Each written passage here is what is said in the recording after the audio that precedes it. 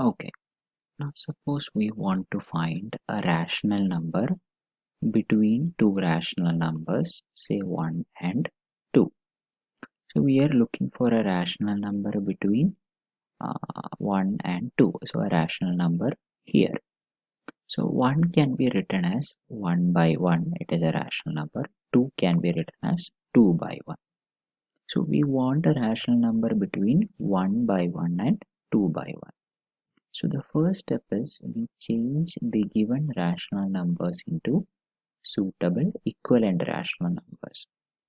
So how do we do that? We multiply the numerator and denominator with the same number. So we get, here I have chosen as 2. So I get 2 by 2, which is the same as 1 by 1. And here I get 4 by 2, which is the same as 2 by 1. So you can choose any number. I have taken here as 2. So you can take 5, 10, 100, anything. So the only condition is you should multiply the numerator and denominator to get equivalent rational numbers, and you should use same numbers on both sides. It's not like you can use 2 here and 3 here. So if you're taking 2 here, use 2 here also. If you're taking 10 here, use 10 here also. So now if we look at the number line, we have 0. Okay. So for 1, we had 1 by 1. Instead of that, now we have 2 by 2. Then for 2, we have 4 by 2. Then we have 3. So if this is 2 by 2 and this is 4 by 2, surely there is 3 by 2 in between these two. So 3 by 2 is of the form p by q here. P is a rational number, p is an integer, q is an integer, and it is not equal to 0. So we have located a rational number between 1 and 2. Okay, so you can think of, okay, so suppose now we want to find 5 rational numbers between 1 and 2. So first thing is we convert them into equivalent rational numbers. So here I am choosing 5 as the multiplying factor. So I multiply both the rational numbers by 5. I get 5 by 5 and 10 by 5. So we can think of this as a magnifying glass. So the bigger the number we use, see now we can see more gaps or more numbers in between 1 and 2. First we had used 2, we saw just one number. Now we are using 5, we can see more numbers. So we see 5 by 5 and 10 by 5.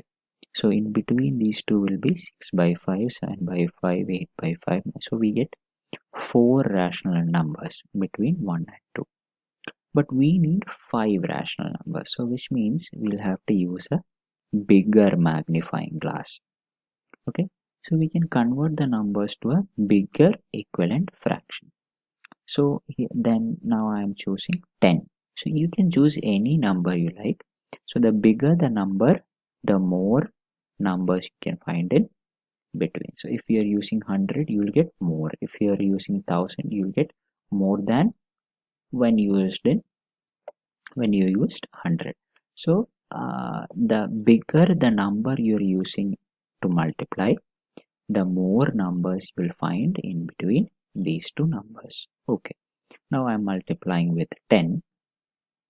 So I'll get 10 by 10 as 1, 20 by 10 as 2, and in between I'll get 9 other numbers. So we can see 9 different rational numbers between 1 and 2, out of which we can choose any 5.